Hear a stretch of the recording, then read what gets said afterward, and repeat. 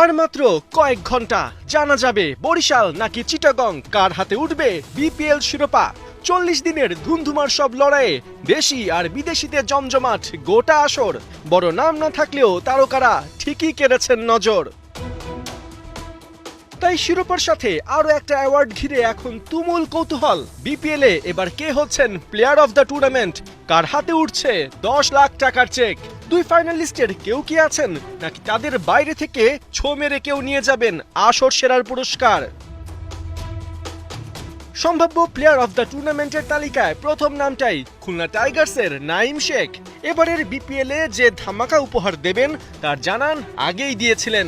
NCL টি20তে Dhaka মেট্রোর হয়ে 10 ম্যাচে 316 রান, যেখানে সেঞ্চুরি না থাকলেও 50 হাঁকিয়েছিলেন 3 খান। সেই নাঈম বিপিএল আসতেই ধরা ছোঁয়ার বাইরে। দ্বিতীয় বাংলাদেশি হিসেবে এক আসরে 500 রানের মাইল ফলক ক্রস করেছেন।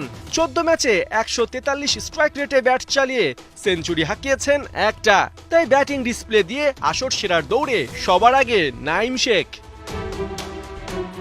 দ্বিতীয় স্থানে আছেন মেহেদী হাসান মিরাজ। সাকিব মাহমুদুল্লাহর পর তৃতীয় বাংলাদেশি অলরাউন্ডার হিসেবে প্লেয়ার অফ দ্য টুর্নামেন্টের দৌড়ে ভালো মতোই আছেন এই তারকা। প্রথমত অধিনায়ক হিসেবে দলকে দ্বিতীয় কোয়ালিফায়ার পর্যন্ত টেনে এনেছেন। দ্বিতীয়ত নিয়েছেন 13 উইকেট।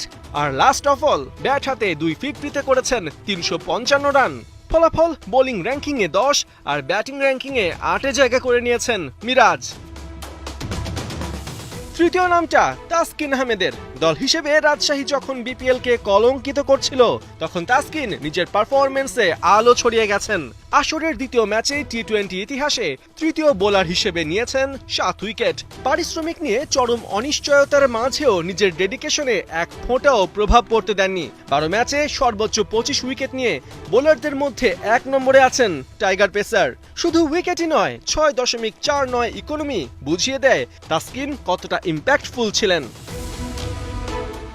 তাই অপেক্ষা এখন ফাইনাল শেষের, যখন জানা যাবে নাঈম শেখ, মিরাজ, তাসকিন নাকি দুই ফাইনালিস্ট দলের কেউ হাতে তুলবেন প্লেয়ার অফ দ্য টুর্নামেন্টের সেই অ্যাওয়ার্ড। পার্থ বণিক, ৭১।